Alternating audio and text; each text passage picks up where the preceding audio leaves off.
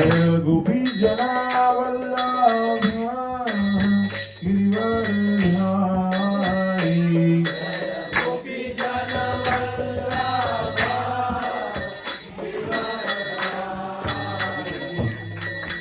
यशोदानंदन व्रज जनरंजन।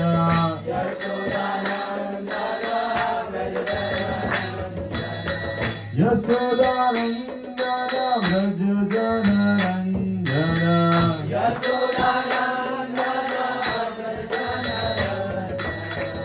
यमुना तीरावनचारी।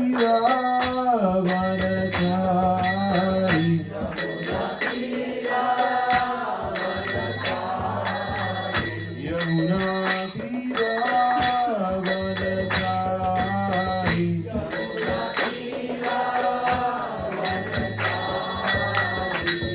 जय राधा माधव कुंज बिहारी।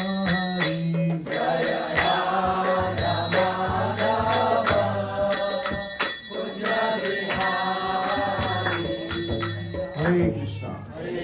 सभी भक्तों का स्वागत है। तो थोड़ा आगे आ सकते हैं, आपको भी आगे बैठना है तो जगह है अभी यहाँ पे। ऐसे ठंडी नहीं है इसलिए लोग पीछे बैठे हुए हैं। ठंडी रहती है तो सब लोग आगे आ जाते, पवन आता है। ओम अज्ञानतिमिरान्धस्य ज्ञानाञ्जनं शलाकया चक्षुरुन्मीलितं येन तस्मै श्रीगुरवे नमः। श्रीचैतन्यमनोभीष्टं स्थापितं येन भूतले स्वयं रूपः कदा मह्यं ददाति स्वपदान्तिकम्।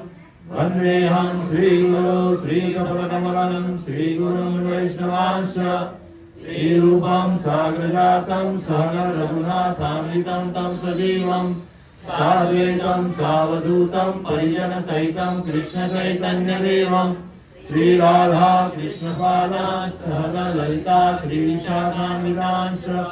हे कृष्ण करुणा सिन्धो दीनबन्धो जगत्पते गोपेश गोपिका कांत राधा कांत नमोस्तुते। सप्त कांचन गौरांगी राधे वृंदावनेश्वरी वृषभानुसुते देवी प्रणमामि हरिप्रिये।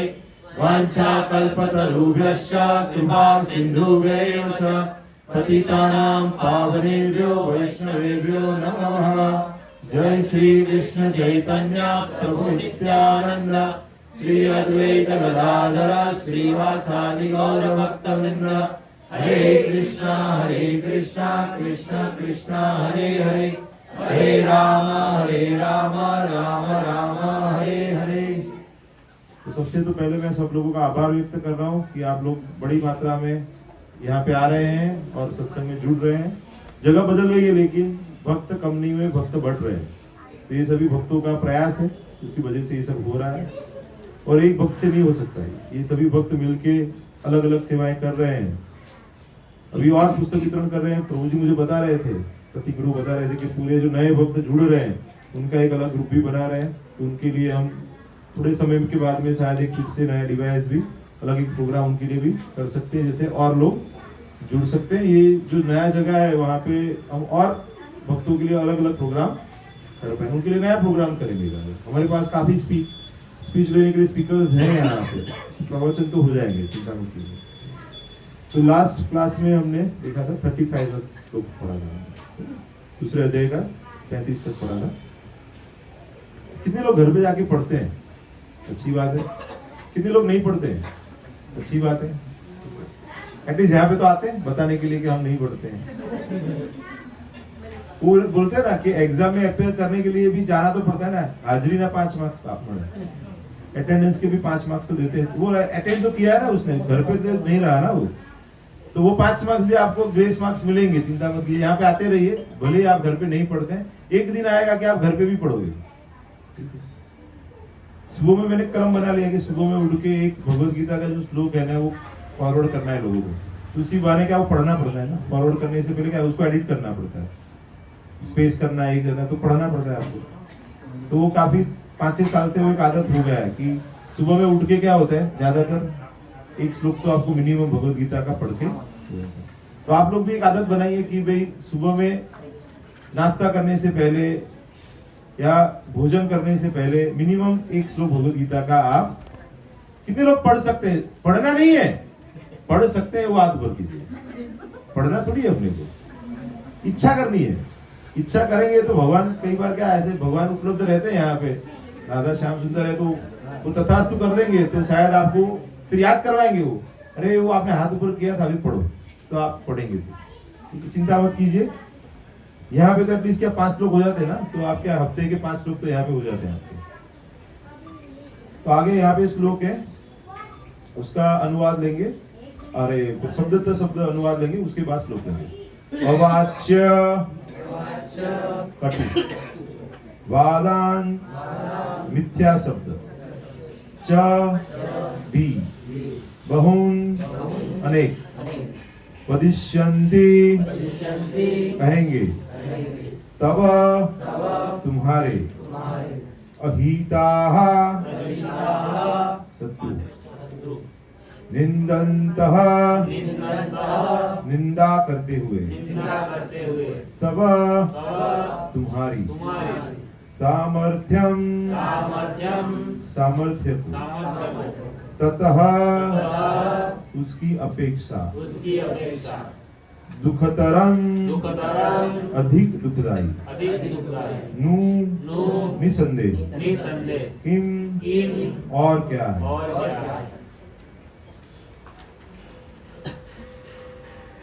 अवाच्यवादांश्च बहुन् अवाच्यवादांश्च बहुन् वदिष्यन्ति तवाहिताः वदिष्यन्ति तवाहिताः निन्दन्तव सामर्थ्यम् निन्दन्तः तव सामर्थ्यम् ततो दुःखतरं नु किम्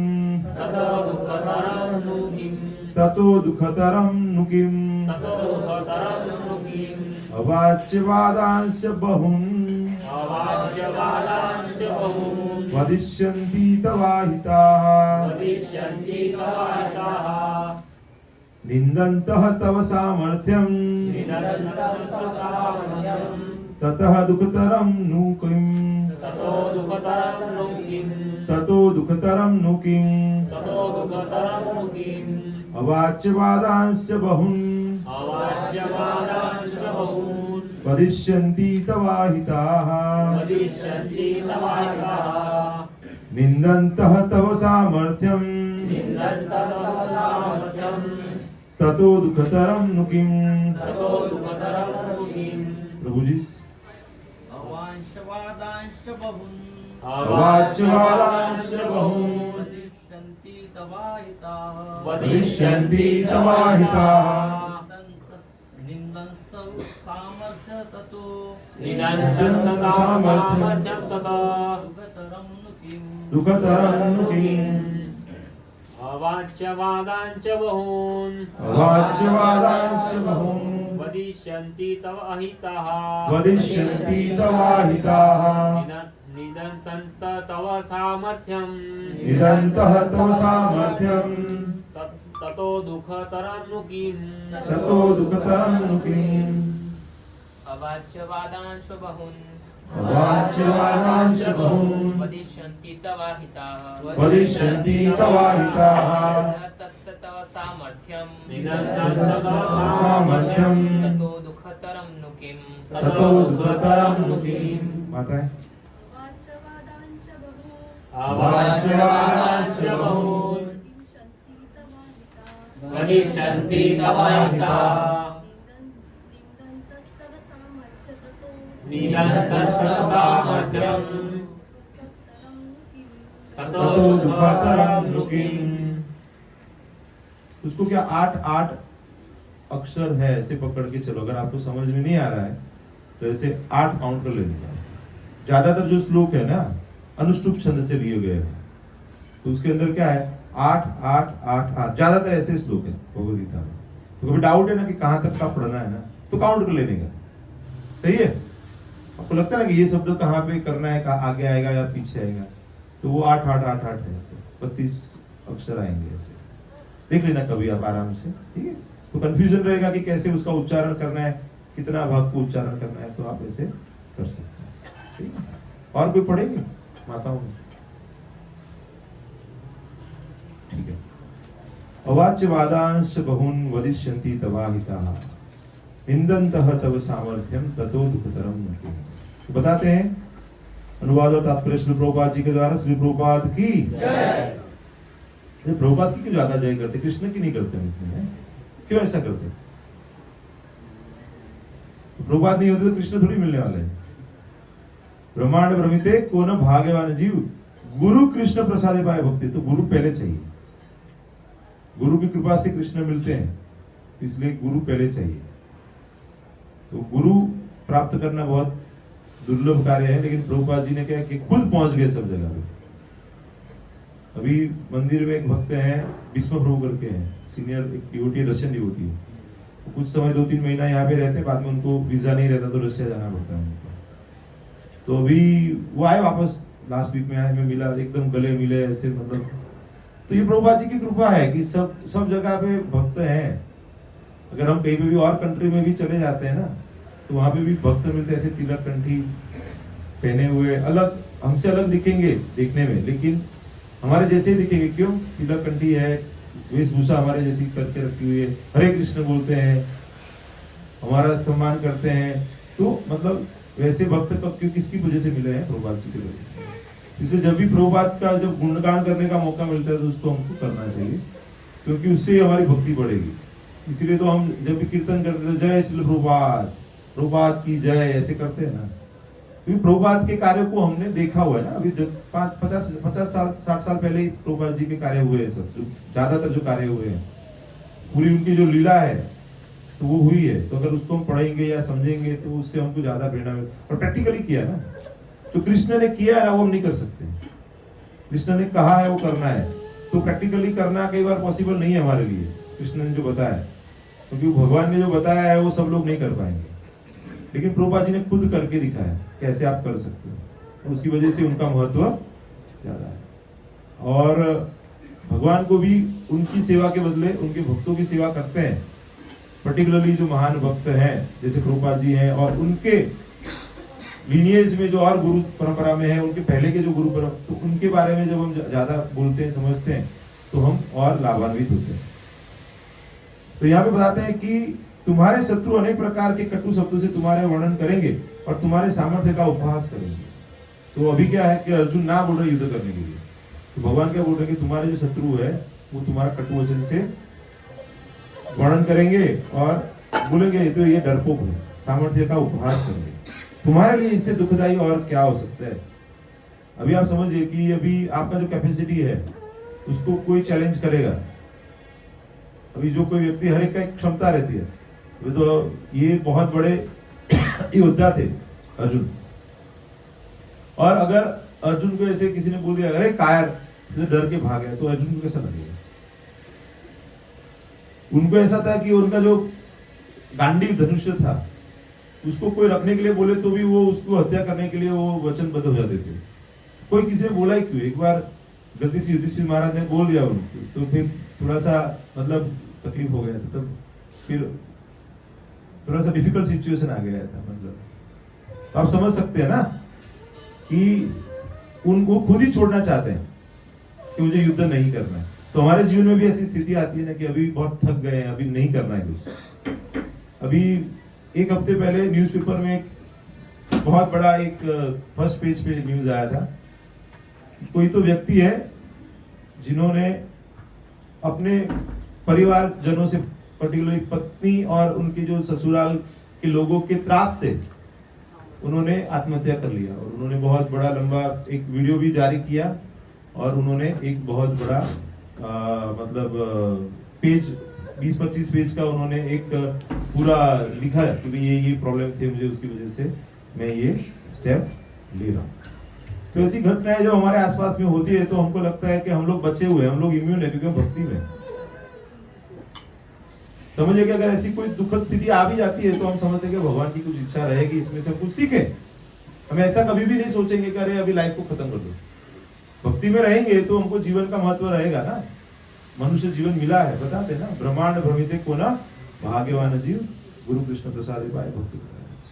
तो भक्ति लता बीज मिला हुआ है हमें, भाग्यवान है, बताते ना। बहुनाम जन्म नामंते ज्ञानवान मां प्रपद्यते वासुदेव सर्वमिति समहात्म। तो वासुदेव को प्राप्त करने के लिए हमें जीवन प्राप्त हुआ है, तो वो जीवन को हमको खत्म नहीं करना है। तो आज ये मौके पे मैं यही बताना चाहूंगा कि कभी भी जीवन में ऐसी स्थिति आ जाए कि आप ऐसे सोचे कि अभी कोई उपाय नहीं दिख रहा है ना, कुछ मत कीजिए। आपके आसपास में जो भी भक्त हैं उनके पास जाके आप बात करिए ना। जो व्यक्ति ने ऐसा स्टेप लिया ना उसको कोई मित्र नहीं रहेगा, तभी ये स्टेप ले सकता है। आप समझिए, कोई व्यक्ति इतना कब दुखी हो गया रहेगा। अरे जिसके पास पैसा नहीं है वो सब लोग थोड़ी आत्महत्या करते हैं, जिसको कोई तकलीफ है वो सब थोड़ी आत्महत्या कर लेते हैं। वही आत्महत्या करते हैं, वो तकलीफ को वो फेस नहीं कर सकते, वही आत्महत्या करते हैं। तो जीवन में कभी भी कैसा भी समय आ जाए, क्योंकि जीवन में तो उतार चढ़ाव आते रहेंगे। मैंने अपने जीवन में भी देखा है कि हर एक दिन अच्छा या सही नहीं रहता है, बदलता रहता है। भक्ति में भी ऐसा रहता है कि कोई दिन हम अच्छा भक्ति कर पाते हैं, कोई दिन हम डाउन भी हो जाते हैं, कई बार माया का प्रभाव हमारे पर हो जाता है। तो उस समय पे फिर हमको याद रखना है कि भक्तों से जुड़ा रहना है। अमोघ लीला प्रभु एक बार बता रहे थे कि कभी आपको लगे कि आप भक्ति अच्छे से नहीं कर पा रहे हैं तो और सेवाएं ले लो, आप एंगेज हो जाओ, क्योंकि आप भक्तों से दूर हो जाएंगे ना तो पूरा भक्ति से बाहर आ जाएंगे। अगर आपको बोले प्रवचन के लिए आओ या पुस्तक वितरण के लिए आओ, कीर्तन के लिए आओ या कुछ प्रसाद के लिए आओ, कैसे कोई भी सेवा में बुला रहे हैं तो आप जाइए, उत्साह से जाइए। तो इसीलिए जितना ज्यादा आप भक्तों के संग में रहेंगे तो जो अर्जुन को जो विचार आ रहे हैं ना, कायरता वाले विचार, सब कुछ छोड़ देना है, जंगल में चले जाना है, अपना ये जीवन में कुछ अच्छा नहीं है, तो वो सारे विचार कभी भी नहीं आएंगे हमें। तात्पर्य में प्रभुपाद जी बताते हैं कि प्रारंभ में ही भगवान कृष्ण को अर्जुन के अयाचित दया भाव पर आश्चर्य हुआ था। मतलब ये कोई दया भाव दिखाने की जगह थोड़ी है युद्ध का मैदान। अभी जैसे कोई सर्जन है, अभी वो सर्जन समझिए कि हॉस्पिटल में गया, ऑपरेशन थिएटर में चला गया, फिर वो सब कुछ रेडी हो गया, एनेस्थीसिया भी दे गया, फिर उसके बाद सर्जन बोलेंगे कि अरे भाई इसके ऊपर चाकू कैसे चलाओ, शस्त्रक्रिया से नहीं करो, उसको खून निकलेगा। तो तो फिर ये सब तैयारी क्यों करवाया हमसे? तो आप सब कुछ रेडी किया है, 7 अक्षौणी सेना इधर है, 11 अक्षौणी सेना उधर है, सब कुछ इकट्ठा हो गए। बोलते ना वो वरराजा आई गया છે પોંખવાની तैयारी છે, પછી કે लगन नहीं करना। तो अभी ऐसे कुछ स्थिति हो गया ना, यहाँ पे सब रेडी है, भगवान भी रेडी, एकदम सारथी बने हुए भगवान। और अर्जुन क्या बोल रहे हैं, अरे ये सब सैनिक मर जाएंगे, ये सब क्या हो जाएगा, उसके बाद पुरखे फिर नरक में चले जाएंगे, अवांछित प्रजा हो जाएगी, मतलब ऐसे गलत विचार चालू कर देते हैं। इसलिए भगवान उनको बोलते हैं कि अयाचित दया भाव, मतलब कोई मांगा नहीं था कि आप दया करो, अभी तब आप दया कर रहे हो। जब जो चीजें नहीं बतानी है, नहीं करनी है ना, उन्होंने इस दया भाव को अनार्योचित बताया। अनार्य उचित मतलब आर्य लोग जो है संस्कृति में जो मानते हैं उन लोगों के लिए उचित नहीं है ये। जैसे अभी समझिए कि कोई चोर है, किसी का कुछ चोरी करके जा रहा है और पुलिस, अरे ये तो बेचारा मासूम चोर है। कोई बलात्कारी है, अत्याचारी है, व्यक्ति कुछ जा रहा है तो अरे ये तो भी छोटा बच्चा है, तो उसको दंड तो देना पड़ेगा ना, छोटा है बड़ा है, उसको कुछ सिखाना तो पड़ेगा ना, नहीं तो फिर से वो करेगा। तो दुर्योधन एंड कंपनी है, वो गलत कार्य किए थे तो उनको दंड देना, और वो कोई अर्जुन की थोड़ी इच्छा थी, भगवान की इच्छा थी। भगवान को अगर उनको नहीं मारना रहता था तो उस समय पे जाके कुछ पलट कर देते सब कुछ। भगवान की इच्छा थी कि वो युद्ध हो, युद्ध के अंदर ये सब लोग मारे जाए, भगवान की इच्छा से सब कुछ हो रहा है। हमको ऐसा लग सकता है कि वो दुर्योधन की इच्छा से हो रहा है, दुर्योधन की इच्छा से नहीं हो रहा, दुर्योधन की इच्छा से थोड़ी हो रहा था। तो भगवान की इच्छा थी कि ये सब जो गलत लोग हैं उनका संहार हो जाए, उनका भी कल्याण हो जाए, और जो बहुत अच्छे राजा है युधिष्ठिर महाराज है, वो धर्म की स्थापना फिर से। तो अर्जुन से तथाकथित दया भाव के विरुद्ध कहे गए अपने वचनों को सिद्ध कर दिया है। आगे बताते, हतो वा प्राप्स्यसि स्वर्गम जित्वा वा भोक्ष्यसि महिम तस्माद् उत्तिष्ठ कौन्तेय युद्धाय कृतनिश्चयः। तो बताते हैं कि हे कुंती पुत्र, यदि तुम युद्ध में मारे जाओगे तो स्वर्ग प्राप्त करो, बहुत अच्छा है। तो हम बोलते हैं ना कि भाई चलो थोड़ा सा कुछ पैसा आ जाए तो क्या स्विट्जरलैंड घूम के आ जाते, दुबई घूम के आ जाते, इधर घूम के यूएस चले जाते हैं, ऐसा ज्यादातर लोग सोचते हैं, भक्ति में नहीं है तो ऐसा ही सोचते हैं। तो हमारे जो मित्र हैं, डॉक्टर्स हैं, तो ये सब ऐसा ही रहता है, यहाँ पे हम घूम के आए, यहाँ पे कुछ बाकी ना रह जाए, समझ रहे हैं आप। तो यहाँ पे बता रहे आप युद्ध में मर जाओगे तो कहाँ जाओगे आप? स्वर्ग प्राप्त करोगे। तो स्वर्ग में तो ज्यादा फैसिलिटी है स्विट्जरलैंड से भी, समझ रहे हैं आप। स्वर्ग में तो ज्यादा फैसिलिटी है कोई स्वर्ग जाना है किसी को? कोई तैयार नहीं, बोलो। मृत्यु के बाद बात कर रहा हूँ, अभी की बात नहीं कर रहा हूँ। सब लोग बोलोगे अभी जाना है कि, तो ऐसे नहीं, मृत्यु के बाद जाना है क्या? जाना है, कुछ लोग हैं अभी, हाँ जाना है। तो स्वर्ग नहीं जाना है हमें, भगवत धाम जाना है, भगवान की सेवा में लगना है, क्योंकि स्वर्ग से वापस इधर ही आना पड़ेगा। लेकिन भगवान बताते हैं कि एटलीस्ट कोई गलत नहीं है, युद्ध में मारे जाओगे तुम तो स्वर्ग में चले जाओगे, और यदि तुम जीत जाओगे तो श्योर था कि जीतने वाले भगवान वहीं पे हैं। लास्ट में बताते ना, यत्र योगेश्वर कृष्ण यत्र पार्थ धनुधर। तो जहाँ पे योगेश्वर कृष्ण है और पार्थ है, धनुधर है, तो वहां पे श्री विजय सब कुछ वहीं पे है। तो यहाँ पे बताते हैं कि पृथ्वी के साम्राज्य का भोग करोगे तो पूरी पृथ्वी आपके आधिपत्य में रहेगी। अतः दृढ़ संकल्प करके खड़े हो और युद्ध करो, बताते हैं ना, तस्मात् उत्तिष्ठ कौन्तेय युद्धाय कृत निश्चयः। आगे बताते हैं कि यद्यपि अर्जुन के पक्ष में विजय निश्चित न थी, फिर भी उसे युद्ध करना था, क्योंकि यदि वह युद्ध में मारा भी गया तो वह स्वर्ग लोक को। तो अभी हमारा कैसे भक्ति अच्छे से नहीं कर पाया, तो फिर से भगवान चांस देंगे। तो चलो थोड़ा रुक गया, अभी 20-30% करके फिर हमारा अंतकाल आ गया, हो सकता है कभी क्या इसका समय आ जाए, पता नहीं है। लेकिन अगर वो आ भी गया तो डर नहीं है, क्यों? क्योंकि वो 20% से रुक गया तो 21 से चालू हो जाएगा। लेकिन स्वर्ग में गए तो क्या है, तो फिर 0 करके इधर आके फिर से भक्ति नहीं प्राप्त होगा। लेकिन भक्ति किया है तो भक्ति प्राप्त होगा। सुख दुखे समय कृत्वा लाभा लाभ हो जया जयो ततो युद्धाय युध्यस्व नैवं पापम अवाप्स्यसि। तो आगे बताते हैं, तुम सुख या दुख, हानि या लाभ, विजय या पराजय का विचार किए बिना युद्ध के लिए युद्ध करो, भक्ति के लिए भक्ति करो। बताते हैं, न धनम न जनम न सुंदरीम कविताम वा जगदीशताम मम जन्मनि जन्मनीश्वरे भवतात् भक्तिर् अहेतु। तो भक्ति क्यों करनी है? भक्ति के लिए। उत्तम भक्ति किसको बताया गया है कि जो भक्ति कर्म और ज्ञान उससे आवृत नहीं है। ज्ञान कर्म अनावृतम आनुकूल्यस्य कृष्णानुशीलनम भक्ति। भगवान कृष्ण को अनुकूल भाव से सेवा जो करते हैं वही उत्तम भक्ति है। और भक्ति का उद्देश्य क्या है? आंसर प्रश्न में ही है, भक्ति का उद्देश्य भक्ति है। ये सिंपल क्वेश्चन है। कुछ क्वेश्चन ऐसे रहते हैं ना, उसका आंसर क्वेश्चन में रहता है, समझ रहे हैं आप? उसका आंसर इसमें है, भक्ति का उद्देश्य क्या है? भक्ति। सरल है ना। यहाँ पे हम प्रैक्टिस कर रहे हैं ना, जैसे नेट प्रैक्टिस करते हैं ना, बच्चे क्रिकेट का खेलते हैं, कुछ और खेल करते हैं तो नेट प्रैक्टिस करते हैं ना, फिर बाद में टूर्नामेंट के लिए जाते हैं ना।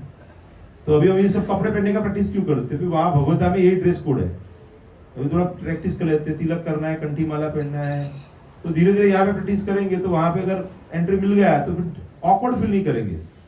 यहाँ पे सेवा भाव आ गया तो वहां पे हम कर पाएंगे ना। तो यहाँ पे सेवा भाव नहीं है, हम मालिक भाव है हमारा, बॉस बॉसन बॉस। तो फिर वहां पे बोलेंगे फिर वापस जाओ, नीचे अच्छा है, नीचे और है, अभी और अदानी अंबानी बन जाओ, बड़े और ऑप्शन है आपके पास। सब यहाँ पे भौतिक विकास करने का ऑप्शन है। तो यहाँ पे बताते हैं कि तुम सुख या दुख, हानि या लाभ, विजय या पराजय का विचार किए बिना युद्ध के लिए युद्ध करो, ऐसा करने पर तुम्हें कोई पाप नहीं होगा। अभी जैसे समझिए कि कोई सैनिक है, वो किसके लिए कार्य करता है? देश के लिए कार्य करता है ना, आर्मी के लिए कार्य करता है। तो वो अभी युद्ध में गया है, कोई जीत के आ गए या हार के आ गए या फिर मृत्यु प्राप्त कर लिया, तो कभी भी उनको पाप नहीं लगता, क्योंकि वो अपना जो ड्यूटी है वो निभा रहे हैं। तो उसमें बता रहे हैं ना कि आप क्या है, जीत सुख या दुख, हानि लाभ, विजय पराजय का विचार मत करो, बस आप अपना कर्म करो। मां मनुस्मर युद्ध च, भगवान बताते हैं मुझे याद करो युद्ध करो। कैसे युद्ध करना है? भगवान को याद करके करना है। पुस्तक वितरण कैसे करना है? भगवान को याद करके करना है। तो भगवान की इच्छा रहेगी और सामने वाले की पात्रता रहेगी तो मिलेगा। भगवत गीता किसी को सबको मिल सकता है क्या? एक बार आपको लगता रहेगा ना कि यार ये लेते नहीं, इतना सब हम समझाते हैं। प्रश्न होता है कितने लोग होता है? सबको होता है। तो 2 घंटा खड़े रहे, एक भी भगवत गीता गया नहीं है, ऐसे होता है कभी? कृष्ण आपके प्रयास देख रहे हैं। अभी यहाँ पे मैं ज्यादा प्रसन्न रहता हूँ कि भाई चलो इतने सब भक्त हैं, उनका संग मिल रहा है। अभी जैसे और कक्षा रहती है तो वहां पे 5 लोग भी आते हैं, 2 लोग भी आते हैं, तो मैं इतना ही प्रसन्न रहता हूँ। क्यों? क्योंकि मुझे मौका है भक्तों को मिलने का। तो आपको मौका है किसी से बात करने का, आपको मौका है किसी को भगवत गीता या अन्य पुस्तकों का महत्व समझाने का, जिससे आपका ज्ञान बढ़ रहा है, आप दृढ़ हो रहे हो। और पुस्तक वितरण का मुख्य उद्देश्य वही है कि आप सिंसियर हो जाओ। समझ रहे हैं ना? अभी मैं अगर आपको कोई सेवा दे रहा हूं ना, तो वो सेवा करके आप अन्य लोगों को लाभ दे ही सकते हैं, लेकिन जब आप वो सेवा कर रहे हैं तब वो सेवा करने के प्रोसेस में सबसे ज्यादा लाभान्वित आप होंगे। जैसे अभी आप समझिए कितने माता जी किचन सेवा करते हैं, अभी प्रसादन सेवा 1 2 3 4 5, ठीक है, 5 माता जी 6 माता जी करते हैं, ठीक है। अभी समझिए वो उससे हम तो प्रसाद प्राप्त करते हैं, तो हमको लाभ हो रहा है, सही कि नहीं? प्रसाद प्राप्त हो रहा है कि नहीं सबको? हाथ पर प्रसाद प्राप्त करने वाले हाथ पर सबको लाभ मिल रहा है कि नहीं? लेकिन आप समझिए ये लोग 5-10 कम भी रहेंगे, लेकिन जो बनाने की सेवा है उसके दौरान आप भगवान की जो सेवा करें उसका लाभ आपको मिल रहा है ना। ये ऐसा है। तो कोई भी सेवा है तो उसके अंदर आप रिजल्ट के ऊपर मत देखो। तो भगवान यहाँ पे वही बता रहे हैं कि तुम ये सब चीजें मत देखो, सुख दुख, लाभ हानि, जय पराजय, ये सब चीजें मत सोचो, तुम अपना कार्य करो। तो कभी हम क्या है कि ये सोच के ही करते हैं कि अरे ये पढ़ेंगे कि नहीं, ये करेंगे कि नहीं, ये कैसे होगा, ये सब नहीं सोचते हैं। अभी हमारे घर पे एक वरिष्ठ भक्त हैं, पांडे जी करके बोलते हैं उनको, मंदिर में सीनियर भक्त हैं। वो सब कांग्रेगेशन में सभी भक्तों से संपर्क करते हैं, डोनेशन और बाकी अन्य सेवाएं भी करते हैं। अभी विष्णु यज्ञ है अभी 1 जनवरी को मंदिर में, उसका निमंत्रण देने के लिए आए थे। हमारे घर पे 5-10 मिनट बैठे थे। तो उनका उम्र रहेगा 55-60 के बीच में रहेगा, उनका काफी वरिष्ठ भक्त है। उनको लगभग 5-6 साल पहले उनको पैरालिसिस का अटैक आया था और नजदीक में हॉस्पिटल में एडमिट किया था। थोड़ा समय 1-2 दिन आईसीयू में थे, उसके बाद फिर अच्छा हो गया। और उस समय पे हमको लग रहा था कि शायद वो फिर ड्राइविंग कर पाएंगे कि नहीं, क्योंकि वो 4 व्हीलर खुद चला के सब जगह पे जाते हैं, प्रसाद देते हैं, कैलेंडर देते हैं, निमंत्रण देते हैं, मतलब सेवा उनकी काफी एग्जॉस्टिव रहती है, पूरा बड़ौदा में जाना इधर उधर। तो उस समय पे हमको लग रहा था कि शायद वो सेवा कर पाएंगे कि नहीं, क्योंकि थोड़ा सा डिफिकल्ट होता है ना, पैरालिसिस थोड़ा हो गया आपको, और फिर बैलेंस आना, वो फिर कोऑर्डिनेशन होना, ड्राइविंग कोई सरल बात तो है नहीं। लेकिन 6 महीने के बाद भगवान की कृपा से अभी भी वो ड्राइविंग कर रहे हैं, अकेले जा रहे हैं, सब कर रहे हैं। तो भी मैं बोल रहा था, तो बोले बस भगवान की कृपा है। मुरली प्रभु करके एक है वरिष्ठ भक्त है, पहले यहाँ पे मंदिर में रहते थे इस्कॉन में। 5-6 साल पहले उनको थोड़ा सा बैक में स्पाइन इश्यूज हो गया था, उसके बाद एडमिट किया था। फिर ऐसा लग रहा था कि शायद वो अच्छे होंगे या नहीं, तो फिर उनकी इच्छा थी कि अभी तबीयत अच्छी नहीं है, मैं वृंदावन में रहना पसंद करूंगा। तो 70 के आसपास एज थी उनकी, तो फिर वो प्रभु जी वृंदावन चले गए, अपना इस्कॉन टेम्पल के नजदीक में वहां पे रहते हैं वहां पे। तो उनका फोन आता रहता है, बीच में कभी कभी आते हैं, थोड़ा समय के लिए उत्सव में आते हैं कभी कभी। तो वो हमेशा बताते हैं कि भगवान की कृपा से सब अच्छा हो गया। तो जो ऐसे वरिष्ठ भक्त हैं जिनके जीवन से हम सीख सकते हैं कि भगवान उनको मौका देते हैं और सेवा करते हैं। मतलब ऐसी स्थिति में आ गए हैं कि अभी कुछ नहीं कर सकते ना, ऐसी स्थिति से वो भगवान उनको बाहर निकालते, क्योंकि उनके अंदर वो सिंसियरिटी थी कि उनको सेवा करनी। परम पूज्य जय पताका महाराज को आप देख लीजिए, उनके जीवन से हम समझ सकते हैं। तो वैसे आपको मौका मिला है, तो प्रभुपाद बार बार बताते नहीं, just give one birth this human form of life to Krishna, भगवान कृष्ण को दे दो। आप जहां पे भी हो, जितना भी आपका कैपेसिटी है, उससे आप सेवा में लग जाओ, क्योंकि वो सरल हो जाएगा आपके लिए। बाद में तो क्या है कि दूसरा जन्म तीसरा जन्म तो रेडी है अपने लिए, हो ही रहा है, बन रहा है ना। जैसे हमारे कर्म बन रहे हैं, वैसे वैसे लेकिन जैसे भक्ति में लगेंगे तो वो अकर्म हो जाएगा, तो नए कर्म का जो श्रृंखला है वो बंद हो जाएगी। भगवान के अंदर वो ताकत है कि वो सिस्टम से आपको बाहर निकाल देंगे। तो आपको बाहर निकलना है कि अंदर लगे रहना है?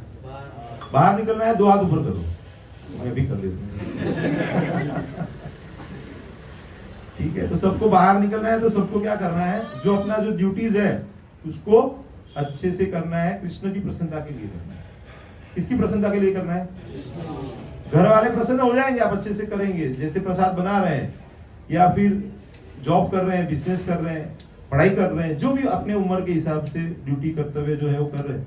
लेकिन अगर आप कृष्ण की प्रसन्नता के लिए कर रहे हैं, यहाँ पे कर रहे हैं या बाहर कर रहे हैं, ऐसा नहीं कि सिर्फ भक्ति का कार्य हो, कोई भी कार्य हो तो अच्छे से करें। आगे बताते हैं,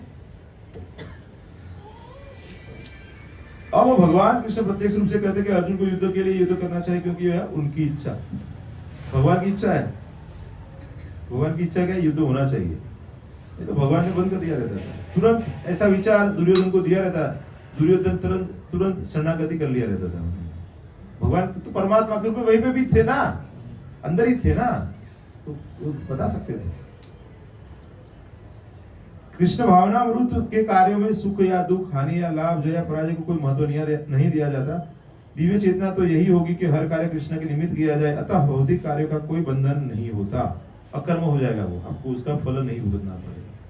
तो जितना भक्ति में आगे बढ़ेंगे, आपका खुद का अनुभव रहेगा कि जो पहले जो क्लेश थे वो आपको भी इतना परेशान नहीं कर रहे। पहले जो करते थे हमें प्रॉब्लम्स, या आपको जो प्रॉब्लम्स लगते थे अभी प्रॉब्लम्स ही नहीं लगी। पहले के समय में क्या लगता था कि छोटी छोटी बातें हमको अफेक्ट कर दी थी। अभी क्या बड़ी बड़ी चीजें भी इतना ज्यादा प्रभावित नहीं करती, क्योंकि हमको पता चल गया परिप्रेक्ष्य कि भाई ये कोई इतना बड़ी बात नहीं है। तो यहाँ बता दें ना, कोई बंधन नहीं होता है।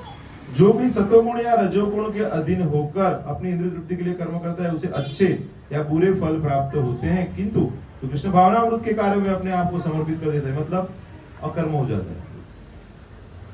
सतोगुण में रह के करेंगे तो क्या? सकर्म हो गया, पुण्य फल प्राप्त करेंगे। अगर अपनी इंद्रिय तृप्ति के लिए करेंगे, विकर्म हो जाएगा तो उसका बुरा फल मिलेगा, पाप हो जाएगा, उसका भी फल भुगतना पड़ेगा। लेकिन क्या बताते, कृष्ण भावनामृत में कार्य करेंगे तो और समर्पित कर देते तो वह सामान्य कर्म करने वाले के समान ही किसी का कृतज्ञ क्या या ऋणी नहीं होता, वो बंधन में नहीं बनता है। भागवत में कहा गया है कि जिसने अन्य समस्त कार्य को त्याग कर मुकुंद श्री भगवान कृष्ण की शरण ग्रहण कर ली है, वह न तो किसी का ऋणी है और न किसी का कृतज्ञ, चाहे वे देवता, साधु, सामान्य जन अथवा परिजन, मानव जाति या उसके भीतर ही क्यों न हो। तो ऐसा कोई भक्त है, जैसे हम देखते हैं काफी ब्रह्मचारी सन्यासी भी है हमारे संस्था में। हमारी इतनी क्षमता नहीं है कि हम सब कुछ छोड़ के भगवान की सेवा में पूर्णतया लग पाए, लेकिन कुछ कुछ विरल भक्त हैं, जैसे हम देख सकते हैं ना, हमारे यहाँ पे देखते हैं तो काफी ब्रह्मचारी है, साधु है, तो वो सब कुछ छोड़ के भगवान की सेवा में लगा। तो प्रभुपाद जी क्या बताते हैं, उनको कोई ऋण नहीं लगता है वहां पे। किसका ऋण नहीं लगता है? बताते हैं कि पहले सबसे पहले बताया कि देवता, साधु, सामान्य जन, परिजन, मानव जातियां उसके पितर ही क्यों ना हो, क्योंकि जो भक्त बन गया उसके आगे पीछे का सबका कल्याण होने वाला है। जो स्वामीनारायण संप्रदाय है ना, उसमें तो जो भक्त जुड़े हुए हैं ना, वो तो सोचते हैं बच्चा साधु बन जाए, समझ रहे हैं? काफी ऐसे मैंने देखा है, वो लोग इतना मतलब वो जैन है, उसमें भी वो लोग साधु बनते हैं, तो वो काफी प्रसन्नता से 12 साल 15 साल की उम्र में या उससे कम उम्र में भी कई बार वो साधु साध्वी बनते हैं उसके अंदर। तो अगर घर में कोई भक्ति कर रहा है तो हमें उसको प्रोत्साहन देना चाहिए, क्योंकि आज के जमाने में भक्ति करना ही विरल बात है, भक्त मिलते ही नहीं है, वो तो एक्सटिंक्ट हो जाएगा कुछ समय के बाद, कुछ हजार साल के बाद भक्त मिलना डिफिकल्ट हो जाएगा। तो अभी हम लोग तो क्या स्वर्ण युग में है, कलयुग का स्वर्ण युग है। शुरुआत के 10,000 वर्ष हैं, वो कैसा है? स्वर्ण कुल है, प्रभुपाद स्वर्ण युग है, प्रभुपाद की कृपा है यहाँ पे, तो उसका हमें क्या करना चाहिए? लाभ लेना चाहिए। तो कितने लोगों को लाभ लेना है? सब लोग एक एक हाथ से लाभ लेंगे, अभी 2 हाथ से लेंगे। मैं हाथ ऊपर क्यों करवा दूं, पता है आपको? वो पता है, अब जागे रहो, सबसे पहला फायदा। दूसरा फायदा क्या है? इच्छा करो, और कैसे इच्छा करो? सब साथ में मिलकर करो। संग शक्ति कलयुग में क्या है? सब साथ में मिलकर करेंगे तभी पॉसिबल है। मेरा खुद का बहुत अनुभव है, काम क्रोध लोभ मोह मत्सर ये सब कुछ बहुत हमारे सबके अंदर में है, मेरे अंदर बहुत ज्यादा है। ठीक है, ये मेरा खुद का अनुभव है। तो उससे अगर आपको बाहर आना है, आपके अंदर भी थोड़ा बहुत रहेगा, सबके अंदर है, तो उसमें से अगर आपको बाहर आना है तो क्या करना पड़ेगा? भक्तों को पकड़ के रखना पड़ेगा। ऐसे पकड़ना पड़ेगा, ऐसे पकड़ना है कि छोड़ना ही नहीं है। वो ऐड आता है ना फेविकोल का, पकड़े रहो छोड़ना नहीं, मतलब पकड़ के रखना है भक्तों को, कुछ भी हो जाए छोड़ना नहीं है भक्तों को। भक्त गाली भी दे दे, डांटे मारे, कुछ भी करे, होता है ना कई बार ऐसे, ऐसे होता है सब जगह पे। आप समझिए घर है, घर में 4 लोग रहते हैं ना, तो कैसा होता है ना ऐसा, तो वासण में तो खकड़े में, थोड़ा अलग बात कर रहा हूं, लेकिन ऐसे होता है ना, छोड़ देते क्या हम लोग? बच्चा हमको मस्ती करता है, जैसे हमारे घर में होता है, अनमोल प्रभु या कोमल माता जी को बहुत परेशान करते हैं, हम छोड़ देंगे, वो बोलते हैं उसको, डांटते हैं, फिर वो भी नहीं छोड़ता है, उसको हम डांटते तो भी वो ऐसा नहीं है कि दूसरे अरे मैं अभी आपके साथ, ऐसा नहीं करते ना। तो ये तो हमारा सही परिवार है भक्ति, जो हम सत्संग में आते हैं ना, ये मुख्य परिवार है। तो यहाँ पे होगा, अभी समझो कि मैं ऐसे प्रवचन ले रहा हूँ, यहाँ पे कोई अलग तरीके से प्रवचन लेगा, किसी को ये अच्छा लगेगा, किसी को वो अच्छा लगेगा, कोई ऐसा बोलेगा कि ये मसाला ऐसे करो, कोई बोलेगा पहले करो, कोई ऐसे बोलेगा कि ये ऐसे बिछाओ, कोई बोलेगा ऐसे बिछाओ, तो रहेगा, तो होने वाला ही है। लेकिन प्रभुपाद जी क्या बताते हैं? कुछ भी हो जाए इसको उनको छोड़ना नहीं है। क्या करना है आपको? इसीलिए प्रभुपाद जी को हम मुख्य आचार्य के रूप में मानते हैं। कितने भी गुरु आए और उनके अंतर्गत कितने भी गुरु हैं, आएंगे, एक समय आएगा भगवत धाम जाएंगे, लेकिन प्रभुपाद जी जो है, उनके जो मिशन है, उनका जो अपने को जो मैसेज दिया हुआ है ना, वो हमको पकड़ के रखना है। और अभी हम देखेंगे हमारे जो गुरु महाराज हैं, परम पूज्य भक्ति विकास स्वामी महाराज, वो भी वही बताते हैं कि प्रभुपाद की शिक्षाओं को प्रचार कीजिए, प्रभुपाद जी ने जो बताया उससे डेविएट मत हो जाइए। इसीलिए हम क्या करते हैं, प्रभुपाद की पुस्तकों को पढ़ते हैं। काफी और पढ़ने के लिए चीजें हैं, लेकिन हम उसको क्या पकड़ के रखा है कि कुछ साल के बाद क्या हो जाएगा कि और भक्तों की और पुस्तक आ जाएंगी। तो ऐसा नहीं होना चाहिए कि फिर हम वो पढ़ने लगे और प्रभुपाद के जो पुस्तक है उसको हम साइड में किनारे कर लें। इसलिए हम हर दिसंबर में क्या करते हैं, प्रभुपाद जी के पुस्तकों को ज्यादा वितरण करते हैं।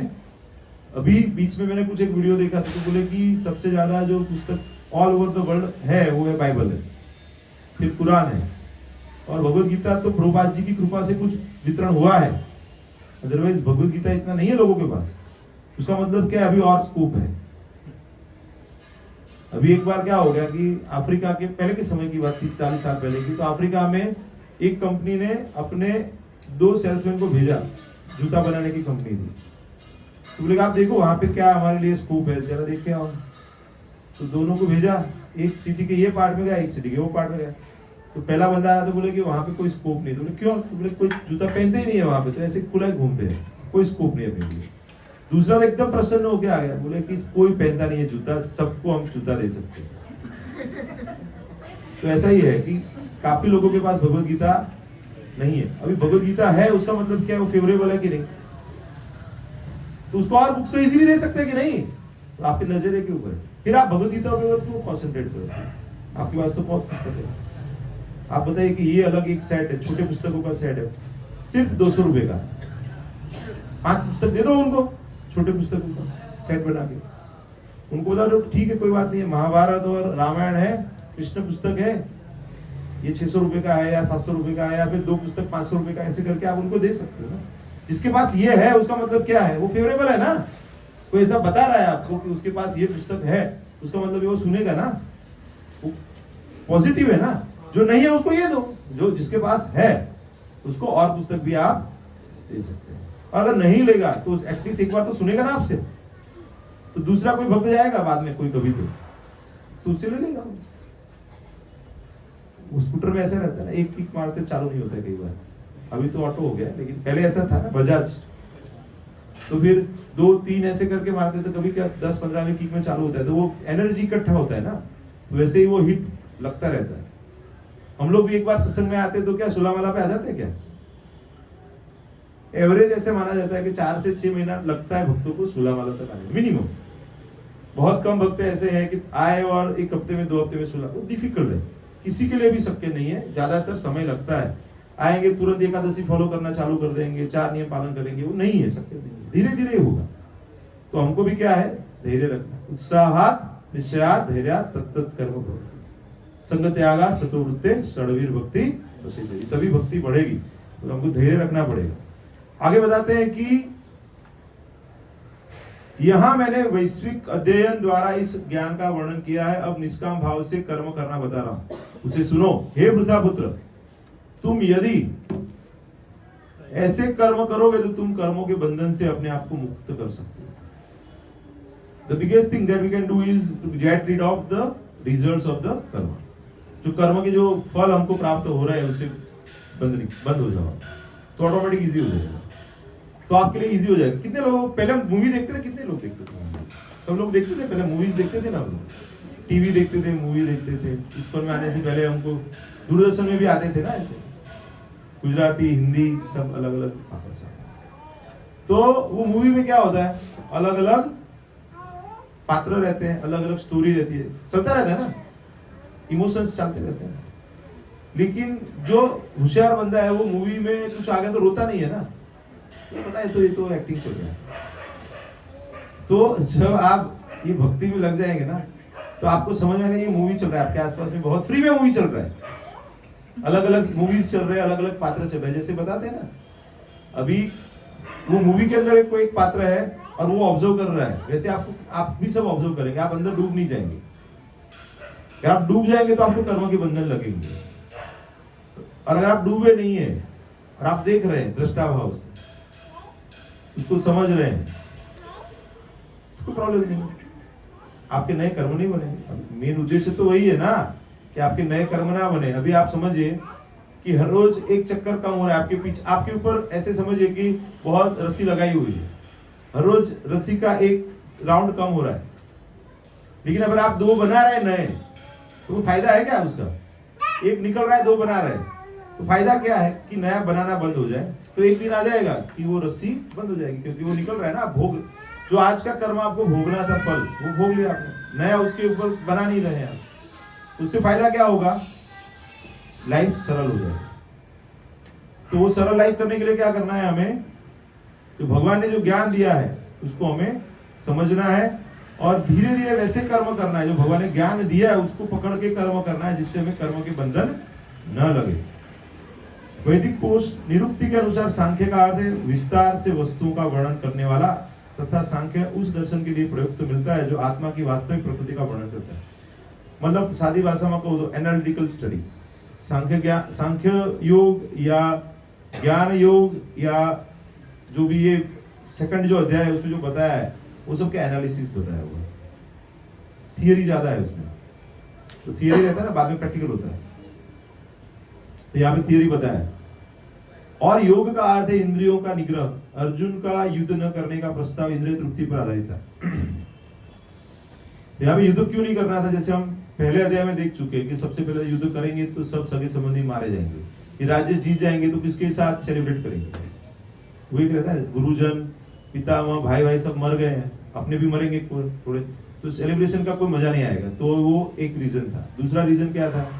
भी घर में सब बड़े बुजुर्ग मर जाएंगे, स्त्रियां विधवा हो जाएंगी, स्त्रियां दूषित हो जाएंगी, वर्णशंकर प्रजा आ जाएगी, वो पिंडदान सब नहीं होगा, पुरखे नरक में चले जाएंगे। ये सब मतलब अलग अलग कारण वो बताते थे। तो वो सब कारण की वजह से उनको ऐसा लग रहा था कि, लेकिन उनका मुख्य उद्देश्य क्या था? शारीरिक स्तर पे था, और वो क्या था? आनंद।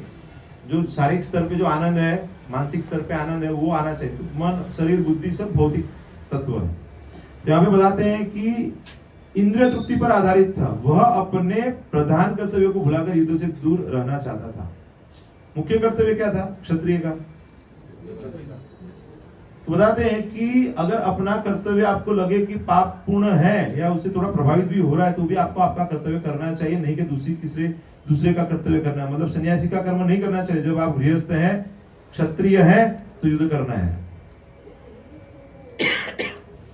और घना लोगों से थाकी जाए नहीं बाबा बनी जाए, ऐसा नहीं करना है ना। तो एक अर्जुन ऐसा सोच रहे थे कि अभी सब कुछ छोड़ो और वन में चले जाओ, सन्यासी बन जाओ। इसे काफी देखा रहेगा ना, वो विवाह किया है और फिर क्या करते हैं? जिम्मेदारी नहीं लेनी है तो क्या करते हैं, साधु बनने का सोच लेते हैं, तो वो भक्ति भी नहीं कर पाते हैं, ये भी नहीं कर पाते हैं। तो आप जो भी जहां पे हैं वहां पे स्थित होके भगवान की सेवा कीजिए। तो बताते हैं कि वह अपने प्रधान कर्तव्य को भुलाकर युद्ध से दूर रहना चाहता था, क्योंकि उसे यह सोचा कि धृतराष्ट्र के पुत्रों अर्थात अपने बंधु बांधवों को परास्त करके राज्य भोग करने की अपेक्षा अपने संबंधियों तथा स्वजनों को न मारकर अधिक सुखी रहेगा। આપણા જ છે ને, જવા દો ને, આપણા જ છે પણ સારા નથી, ધર્મ પ્રિય નથી। जो भी लोग थे वो कैसे थे, अधर्मी थे, भगवान को कृष्ण की सेवा में नहीं लगा रहे थे ना, कृष्ण के विरोधी थे। राजा का कर्तव्य क्या है, प्रजा को भगवान की सेवा में लगाना।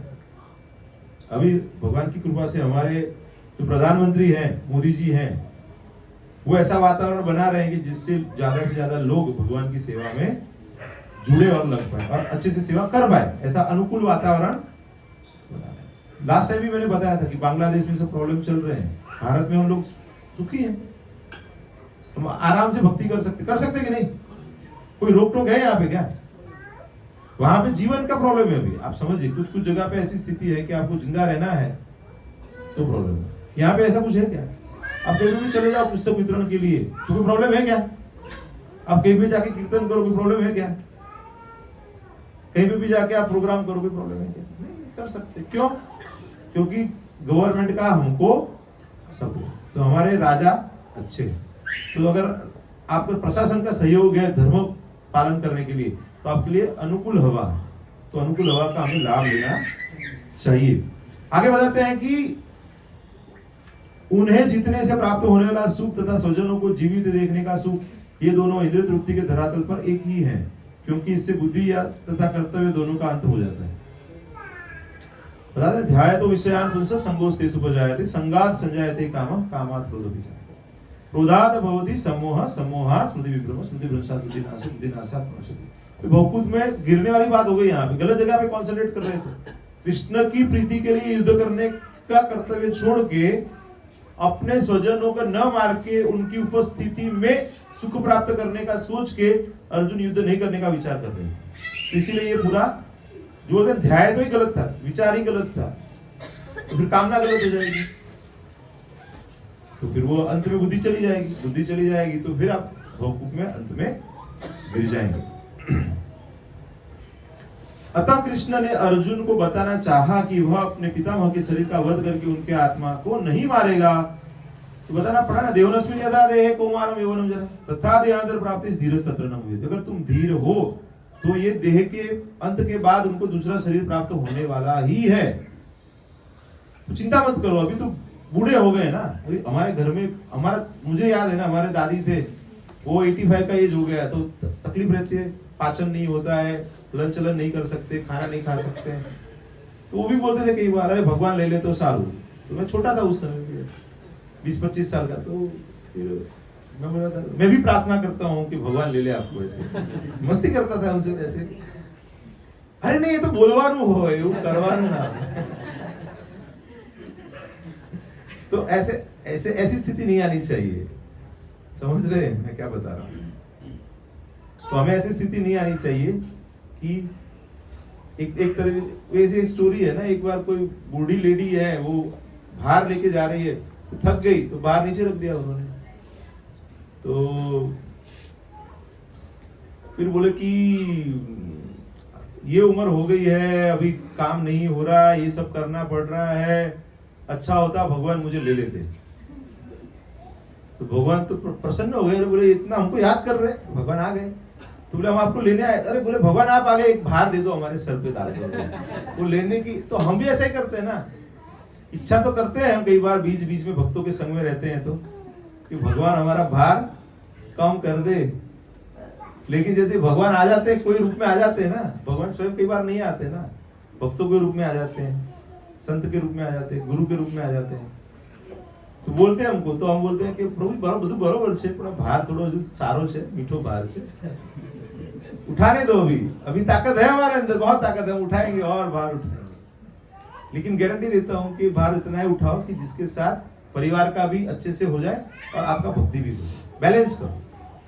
भगवान छठे अध्याय में बताते 17वें श्लोक, युक्ताहार विहारस्य युक्त चेष्टस्य कर्मस्य युक्त स्वप्नावबोधस्य योगो भवति दुःखः। खाओ पियो, खेलो कूदो, सो, आमोद प्रमोद करो, सब कुछ बैलेंस में करो। अगर आप बैलेंस में करेंगे तो आपको दुख प्राप्त नहीं होगा, आप भगवत प्राप्ति करोगे। बैलेंस करना बहुत जरूरी है। तो ऐसा नहीं है कि हमें अपना जो गृहस्थ का कार्य है उसको छोड़ देना, सब कुछ करना ही है। यहाँ पे भगवान वही तो बता रहे हैं ना कि ये सन्यासी मत बनो, अपना कार्य ऐसे बता रहे हैं ना। लेकिन कैसे करें? मां मनुस्मर युद्ध, मुझे याद करो और युद्ध करो। कितने लोग युद्ध के लिए तैयार है? तो सब तैयार हो गए। तो अपना सबका अलग अलग युद्ध है ना, सबको भगवान ने अलग अलग युद्ध दिया हुआ है। तो आपको आपका युद्ध करना ही है, छोड़ना नहीं है। ऐसा नहीं है कि इस्कॉन में जुड़ गए तो अभी चलो कुछ नहीं करना है, सब कुछ करना है, बैलेंस करना है। हाँ, 50-55 का हो गया उम्र, आपका जिम्मेदारी खत्म हो गया, तो अगर आप सक्षम हैं, पूर्णकालीन रूप से सेवा दे सकते हैं तो बहुत अच्छी बात है। जैसे काफी भक्त हैं, मैं देखता हूँ गृहस्थ हैं, वानप्रस्थ हैं, लेकिन ज्यादा समय वो भक्ति में देते हैं, तो वो तो बहुत अच्छा है। लेकिन अभी से जब से आप कोई भी उम्र हो, अभी 20 साल हो, 25 साल हो, 50 साल हो, 70 साल हो, जितना आपसे हो सके उतना सेवा में लग जाए। और सेवा नहीं कर सकते तो एटलीस्ट भक्तों के संग को पकड़ के रखो। माया बहुत प्रभावी है।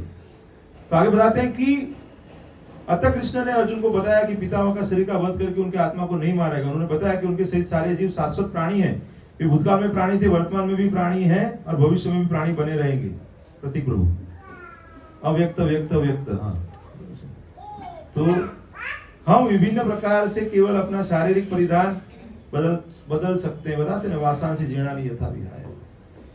तो जैसे वस्त्र बदलते हैं वैसे ये वस्त्र तो बदलने वाला है। शरीर में 3 महीने पहले मुझे राइट लेग में पेन चालू हुआ, फिजियो लिया, फिर MRI कराया तो पता चला कि एक डिस्क में प्रॉब्लम है, थोड़ा सा गादी खसे से, ठीक है ना, उससे कंप्रेशन होता है। कुछ पोजीशन में आप बैठते हैं, चलते हैं तो कंप्रेशन होता है, तो अनबेरेबल पेन होता है आपको। तो जब पेन होता है तब मैं कृष्ण को ज्यादा याद करता हूँ कि मुझे पता चला कि मैं भूल जाता हूँ, इसीलिए तुम मुझे पेन दे रहे हो तो मैं तुमको याद करूँ। हम तो भूल जाते हैं ना, हम तो ऐसे प्रवचन लेते हैं, उसका मतलब थोड़ी कि 24 घंटा याद रखते हैं। तो प्रवचन तो आधा घंटा 2 घंटा रहता है ना, तो बद्ध जीव है ना, तो भूल जाते बाद में। तो भगवान हमको फिर से कुछ ऐसा कुछ परिस्थिति में रखते हैं कि हम याद करेंगे, हाँ भगवान आप ही महान है, आपकी वजह से ये हो रहा है। तो जब भी दुख आए तो क्या करना है? कृष्ण को ज्यादा याद करना है, ज्यादा करना है ना, कि भूल जाना है। ज्यादातर लोग क्या करते हैं? भूल जाते हैं। अरे हमारे साथ प्रभु यीशु कितनी तकलीफ છે એટલે સત્સંગમાં નથી। अरे जब तकलीफ ज्यादा आना है, समझ में आ रहा है? जब तकलीफ है तो क्या करना है? क्यों? क्योंकि तब आपको सपोर्ट की ज्यादा जरूरत है। आप अकेले रहेंगे उस समय पे तो क्या हो जाएगा? नासीपास हो जाएगा। और आप क्या है, उसको, वो तकलीफ को अपने सर पे ले लेंगे, तकलीफ बड़ी हो जाएगी। अभी एक बार एक प्रोफेसर ने बच्चों को पूछा कि कुछ वेट दिया, ईंट जो रहती है ना, बोले कि इसको आप पकड़ सकते हैं? तो बोले पकड़ सकते हैं। तो सबने पकड़ के लिखा। तो बोले 5 मिनट पकड़ के रखते, 10 मिनट पकड़ के रखते, 1 घंटा पकड़ के रखते। पकड़ सकते क्या लंबा समय तक? तो हम अपने हमारे जो बोझ हैं अलग अलग, उसको हम पकड़ के रखते, छोड़ते नहीं। तो हमारे जो डॉक्टर प्रेसिडेंट रहते हैं ना, मैं हॉस्पिटल में विजिट करता हूँ, 5-7 हॉस्पिटल में विजिट करता हूँ, तो कई बार बोलते हैं सर हम घर पे जाते हैं ना तो हमको तो वो पेशेंट के विचार आते हैं। मैं बोलता हूँ मैं यहाँ पे पेशेंट देख के गया ना, मैं यहाँ पे छोड़ के जाता हूँ। फिर जब आपका फोन आता है तो मैं गाइड करता हूँ। मैं घर वालों को घर पे छोड़ के हॉस्पिटल में जाता हूँ तो मैं उनका विचार नहीं करता हूँ। तो आप जहाँ पे रहते हैं, जहाँ पे जो परिस्थिति में, उसका विचार करो। जहाँ पे है वो बोलते हैं ना, बी इन अ नाउ, जो समय है उसमें जियो। भविष्य में या भूतकाल में मत जियो। ज्यादातर लोग क्या करते हैं? भविष्य की चिंताएं करते हैं, या भूतकाल में क्या हो गया था, ये हो गया था, या भव्य भूतकाल हमारे पहला किलो साल हो गया। बूढ़े लोगों को क्या रहता है, जो घर पे बैठे हुए ना, हमारा तो ऐसा था ना, हमारा वो, मतलब वो भक्ति नहीं कर पाते उसकी वजह से। तो उसकी वजह से हमें क्या करना चाहिए? वर्तमान में जीना चाहिए। मैक्सिमम समय क्या करना चाहिए? भगवान के नाम का जप करना चाहिए, भगवान की पुस्तकों को पढ़ना चाहिए। तो भगवान बताते हैं कि भौतिक वस्तुओं के बंधन से मुक्ति के बाद भी हमारी पृथक सत्ता बनी रहती है। जैसे बताते हैं ना, पंच महाभूत चला गया, हमारा शरीर चला गया, उसके बाद मन बुद्धि और मिथ्या अहंकार भी दूसरी जगह पे जाता है तो दूसरा शरीर ग्रहण करता है। लेकिन भगवान की कृपा रहेगी, हमारे कर्म कट गए तो सूक्ष्म शरीर भी चला जाएगा, और हमारा जो सच्चिदानंद स्वरूप है, दिव्य स्वरूप है, भगवत धाम में जाके हमको दिव्य स्वरूप प्राप्त होगा। भगवान कृष्ण द्वारा आत्मा तथा शरीर का अत्यंत विशद वैश्लेषिक अध्ययन प्रस्तुत किया गया है और निरुक्ति कोश की शब्दावली में इस विशद अध्ययन को यहाँ सांख्य कहा गया है। इस सांख्य का नास्तिक कपिल के सांख्य दर्शन से कोई सरोकार नहीं। तो नास्तिक कपिल भी एक हो गए थे, कपिल मुनि जो हो गए वो नहीं, वो एक अलग हो गए थे, तो वो नहीं है। इस नास्तिक कपिल के सांख्य दर्शन से बहुत पहले भगवान कृष्ण के अवतार भगवान कपिल ने अपनी माता देवहूति के समक्ष, तो पूरा एक पुस्तक है, भागवत में तो दिया हुआ है, लेकिन आप अलग से भी छोटी पुस्तिका के रूप में उसको प्राप्त करके पढ़ सकते हैं। कपिल ने अपनी माता देवहूति के समक्ष श्रीमद् भागवत में वास्तविक सांख्य दर्शन पर प्रवचन किया। पूरा जो शरीर है उसके अंदर कितने तत्व है और कैसे बना हुआ है शरीर, वो सब दिया हुआ है। उन्हें स्पष्ट बताया कि पुरुष या परमेश्वर क्रियाशील है और वो प्रकृति पर दृष्टिपात करके सृष्टि की उत्पत्ति करते हैं। भगवान अपनी आंखों से ही प्रकृति को गर्भित कर देते हैं। इसको वेदों तथा गीता ने स्वीकार किया। वेदों में वर्णन किया गया कि भगवान ने प्रकृति पर दृष्टिपात किया और उसमें आणविक जीवात्माएं प्रविष्ट कर दी। ये सारे जीव भौतिक जगत के इंद्रिय तृप्ति के लिए कर्म करते रहते हैं। माया के वसुभेद होकर, माया के जो 3 गुण है सत्व रजस तमस, वो उनको चलाते रहते हैं, होकर अपने को भोक्ता मानते रहते हैं। इसीलिए हमें क्या याद रखना चाहिए, भोक्तारम एकदम। भगवान ही यज्ञ और तप के भोक्ता है। सर्वलोक महेश्वरम सुदम सर्वभूतानां ज्ञात्वा शांति मुच्यते। तो जब हमको पता चलता है कि भगवान ही भोक्ता है, हम भोक्ता नहीं है, हम यहाँ पे फंसे हुए क्यों है? क्योंकि हम मानते हैं कि हम भोक्ता है। थोड़ा समय याद रहता है, लेकिन जैसे हम भक्तों के संग से बाहर निकलते भूल जाते हैं। समझ रहे ना? इंद्र जैसे बड़े बड़े जो देव है ना, वो कई बार भूल जाते भगवान भगवान है। भगवान की इच्छा से होता है, वो बात अलग है। लेकिन हम तो बहुत तुच्छ जीव है ना, तो हम तो भूल ही जाते हैं। वो तो भगवान की इच्छा होती है कुछ लीला करने की ना, इसलिए भुलाते हैं उनको। ऐसे अर्जुन को भुला देते हैं, इंद्रदेव को भुला देते हैं, ब्रह्मा जी को भुला देते हैं कि कृष्ण भगवान है, क्या उनकी स्थिति है, क्योंकि उनको कुछ लीला करनी है, हमको कुछ सिखाना है। लेकिन हम तो क्या है, हम तो ऐसे मायाबद्ध है। तो यहाँ पे बताते हैं कि इसको वेदों ने तथा गीता ने स्वीकार किया। वेदों में वर्णन मिलता है कि भगवान ने प्रकृति पर दृष्टिपात किया और इससे आणविक जीवात्माएं प्रविष्ट कर दी। ये सारे जीव भौतिक जगत में इंद्रिय तृप्ति के लिए कर्म करते रहते हैं और माया के वशीभूत होकर अपने को भोक्ता माने रहते हैं। इस मानसिकता की चरम सीमा भगवान के साथ सायुज्य, मतलब सायुज्य मुक्ति है ना, भड़ी जऊ आत्मा सो परमात्मा, दैट इज द कंसेप्शन। भगवान के अंदर विलीन हो जाना, ब्रह्म भूत हो जाना, ब्रह्म विलीन हो जाना, तो वो चरम है।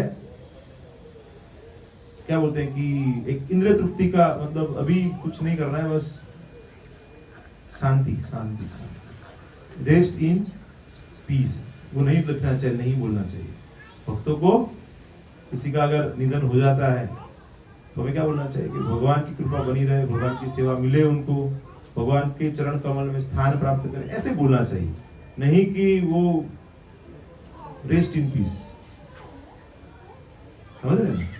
भक्त भी लिखते हैं, कई बार ऐसे लिखते हैं ना, वो शॉर्टकट में लिखते हैं RIP, और एक क्या बनाते हैं, 2 हाथ इमोजी वाला बना देता है। तो वो RIP नहीं करना है, रेस्ट इन पीस। यह माया अथवा इंद्रिय तृप्ति जन्य मोह का अंतिम पास है और अनेकानेक जन्मों तक इस तरह इंद्रिय तृप्ति करते हुए कोई महात्मा भगवान कृष्ण यानी वासुदेव की शरण में आता है, जिससे परम सत्य की खोज पूरी होती है। बता बहुनाम जन्मनाम वंदे ज्ञानवान वासुदेव सर्वमिति स महात्मा सुदुर्लभ। अर्जुन ने कृष्ण की शरण ग्रहण करने के पहले ही उन्हें गुरु के रूप में स्वीकार कर लिया है। शिष्यस्तेहम साधि मां त्वाम। बताते कार्पण्य दोषो उपहत स्वभाव, ये पूरा कृपणता की वजह से क्या हो गया है, तो अभी समझ में नहीं आ रहा है। आप गुरु हैं, आप बताइए। तो भगवान डांट देते हैं, क्या बताते हैं, पंडितों जैसी बात करते हो। पंडित तो मरे हुए जीवित किसी के बारे में शोक करते नहीं है। तो गुरु डांटेंगे। अगर आप गुरु के पास जाएंगे, कुछ अपना फालतू प्रश्न लेके जाएंगे, तो ये फालतू प्रश्न क्या है, तो कृष्ण के बारे में सोचते, तो हमको लगेगा हमारे प्रश्न का तो जवाब नहीं दे रहे, ऐसा लग सकता है हमको। क्योंकि हम क्या एकदम बेसिक नीचे के लेवल पे जी रहे हैं ना, गुरु ऊपर के लेवल पे। हमारा क्या भौतिक प्रश्न रहते हैं, हम गुरु के पास कैसे प्रश्न लेके जाना चाहिए, आध्यात्मता के हिसाब, आध्यात्मिक प्रश्न लेके जाना चाहिए ना। गुरु जी अभी मेरी गाय है, उसको बछड़ा कब होगा, गाय दूध नहीं देती है। अरे लड़का पढ़ाई नहीं करता है, अभी पढ़ाई करने के लिए कुछ कीजिए, आप बोले ना उसको पढ़ाई करे। ऐसे ही प्रश्न लेके गुरु के, अरे गुरु उसके लिए नहीं है, उसके लिए टीचर है ना, अलग से रखे हुए ना, ट्यूशन टीचर है या उसके लिए कोई डॉक्टर रहेंगे, वो सब करेंगे ना, गुरु का वो उद्देश्य नहीं है।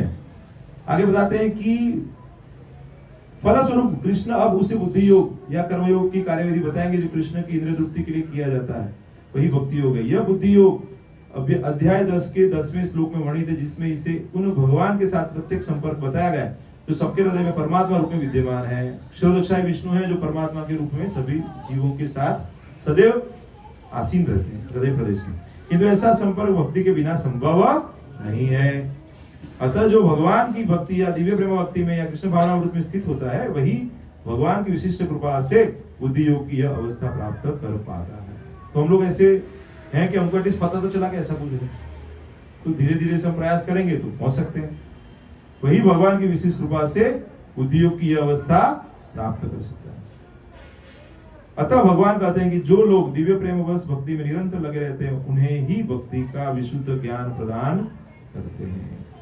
इस प्रकार भक्त सरलता से उनके चिदानंद धाम में पहुंच सकते हैं। तो भगवान के धाम है, अनेक धाम है, जैसे भक्त की इच्छा है वैसे धाम है। द्वारकापुरी धाम है, अयोध्यापुरी धाम है, वृंदावन है, मथुरापुरी है, जगन्नाथपुरी है, मायापुर धाम है, सब धाम है। जैसे यहाँ पे है वैसे दिव्य लोक भी है। इस प्रकार इस लोक में वर्णित बुद्धि योग भगवान कृष्ण की भक्ति है, और यहाँ पर उल्लिखित सांख्य शब्द का नास्तिक कपिल द्वारा प्रतिपादित अनिश्वरवादी सांख्य योग से कुछ भी संबंध नहीं है। अतः किसी को यह भ्रम नहीं होना चाहिए कि यहाँ पर उल्लिखित सांख्य योग का अनिश्वरवादी सांख्य से किसी प्रकार का संबंध है। प्रभुपाद का यही तो योगदान है, कितना लंबा पटपट दे रहे हैं प्रभुपाद जी। प्रभुपाद का प्रणाम मंत्र क्या है? नमो विष्णुपादाय कृष्णप्रेष्ठाय भूतले श्रीमते भक्ति वेदांत स्वामी निधि नामिने नमस्ते सारस्वते देवे गौरवाणी प्रचारिणे निर्विशेष शून्यवादी पाश्चात्य। तो निर्विशेषवादी, शून्यवादी और पाश्चात्य देश के जो लोग हैं, उनको कल्याण करने के लिए प्रभुपाद जी यहाँ पे आविर्भाव हुआ है। मुख्य उद्देश्य बाद में हमारा भी हो गया साथ, बोलते ना सबका हो रहा है तो हमारा भी हो गया, सबका साथ सबका विकास, हमारा भी विकास कर लिया। पहले क्या किया, बाकी के बाहर के लोगों का किया, बाद में उनकी कृपा आ गई। वो बोले मुझे इच्छा नहीं थी भारत के लोगों के लिए, लेकिन बाद में हुआ कर लो, उनका भी था। तो बोलते ना छोड़ो अभी अपने ही है अभी, क्योंकि यहाँ के लोगों ने सपोर्ट नहीं किया था ना उस समय पे प्रभुपाद जी को। बहुत प्रयास किया था भारत के लोगों के लिए करने का, बहुत किया था प्रभु, लेकिन किसी ने नहीं किया सपोर्ट। फिर भी वो इतने करुणा वाले थे कि बोले ठीक है चलो अभी बाहर किया है तो अभी जहां से हम आए हैं उन लोगों का भी कल्याण करते, तो इनका भी कर दिया, हमारा भी किया।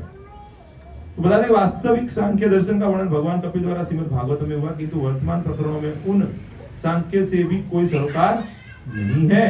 यहाँ सांख्य का अर्थ है शरीर तथा आत्मा का वैश्लेषिक अध्ययन। भगवान कृष्ण ने आत्मा का वैश्लेषिक वर्णन अर्जुन को बुद्धि योग या कर्मयोग तक लाने के लिए, मतलब वो प्रोसेस रहता है ना। अभी आप पहले डीवाईएस करो, डीवाईएस के बाद फिर पूरा भगवत गीता पढ़ो, भागवतम पढ़ो, चैतन्य चरितामृत पढ़ो, दीक्षा लो, ऐसे स्तर रहता है ना। तो मुख्य उद्देश्य सांख्य सिखाना नहीं था, बेसिक था वो।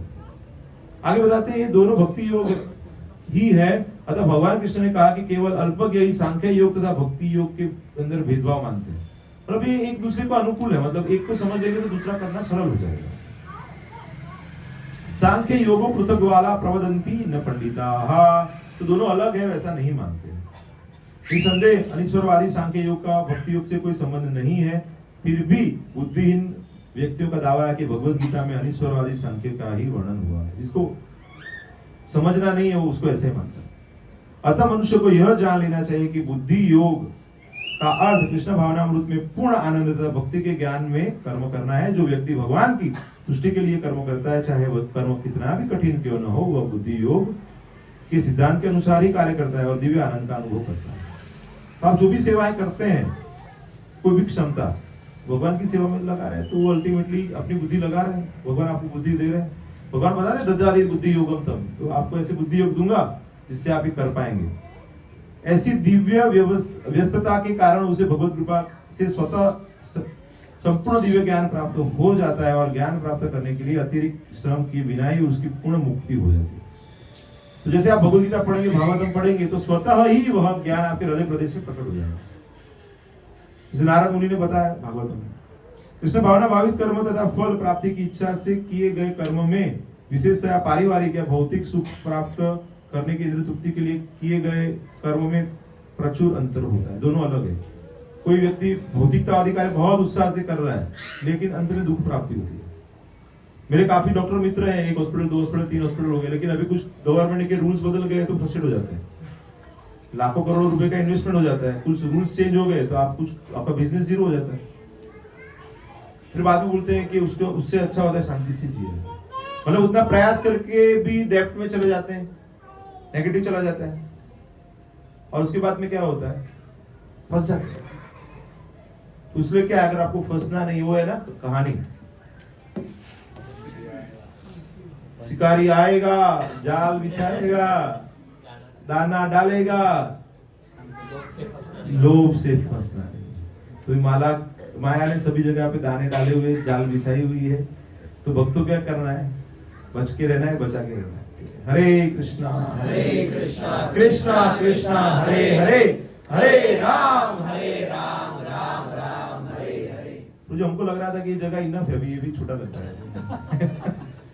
अभी आप लोगों की सबकी मेहनत से, कृपा से और भक्त आ रहे हैं। मुझे ऐसा लग रहा है कि थोड़ा समय के बाद ऊपर ही प्रोग्राम करना पड़ेगा। अरे किसी को प्रश्न है तो एक आधा प्रश्न ले सकते हैं बाद में। प्रसाद, कोई प्रश्न नहीं? हाँ बोले ब्रो।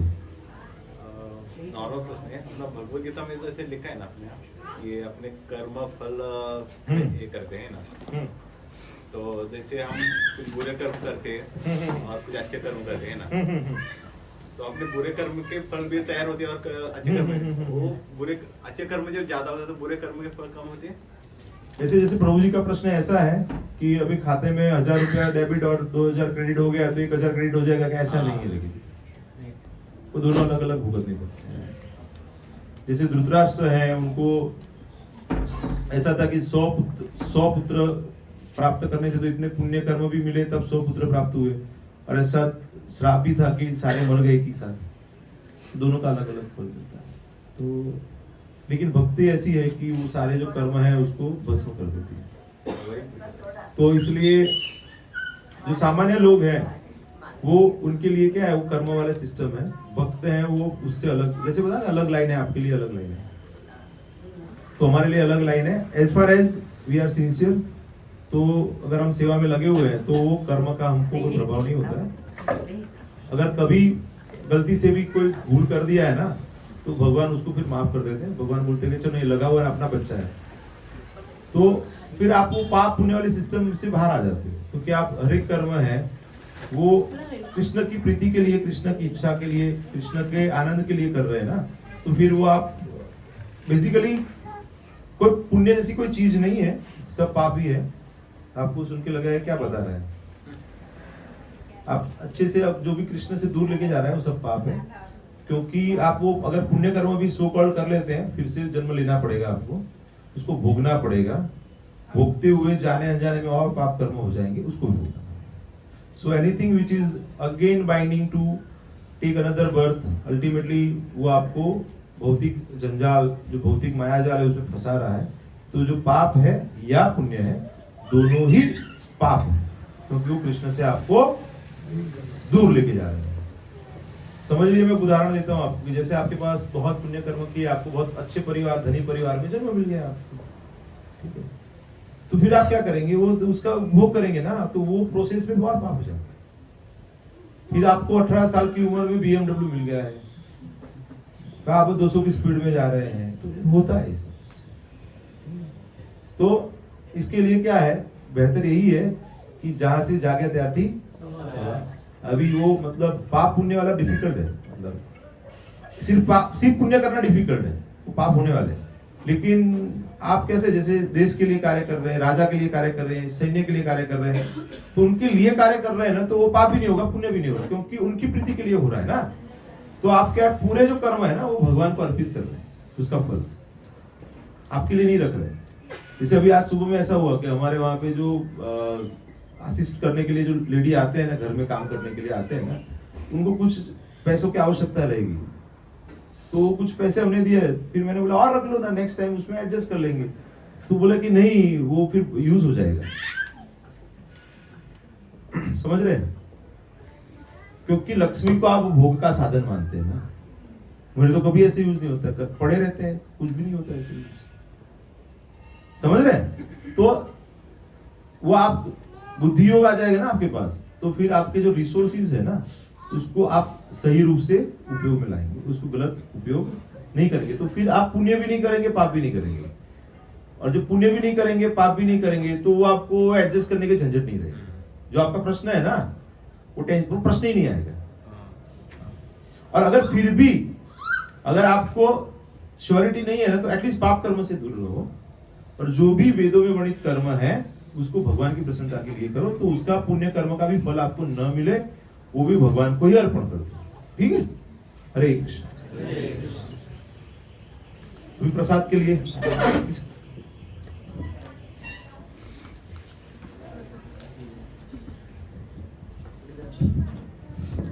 हरे कृष्णा। सभी भक्तों का मेरा प्रणाम। सभी भक्तों से मैं एक अनुरोध करता हूँ कि हम हर संडे को मंगला आरती करते हैं, इधर सुबह मॉर्निंग प्रोग्राम करते हैं, तो मैं चाहता हूँ हर भक्त उपस्थित होए, इधर आए और मंगला आरती का लाभ लीजिए। मंगला आरती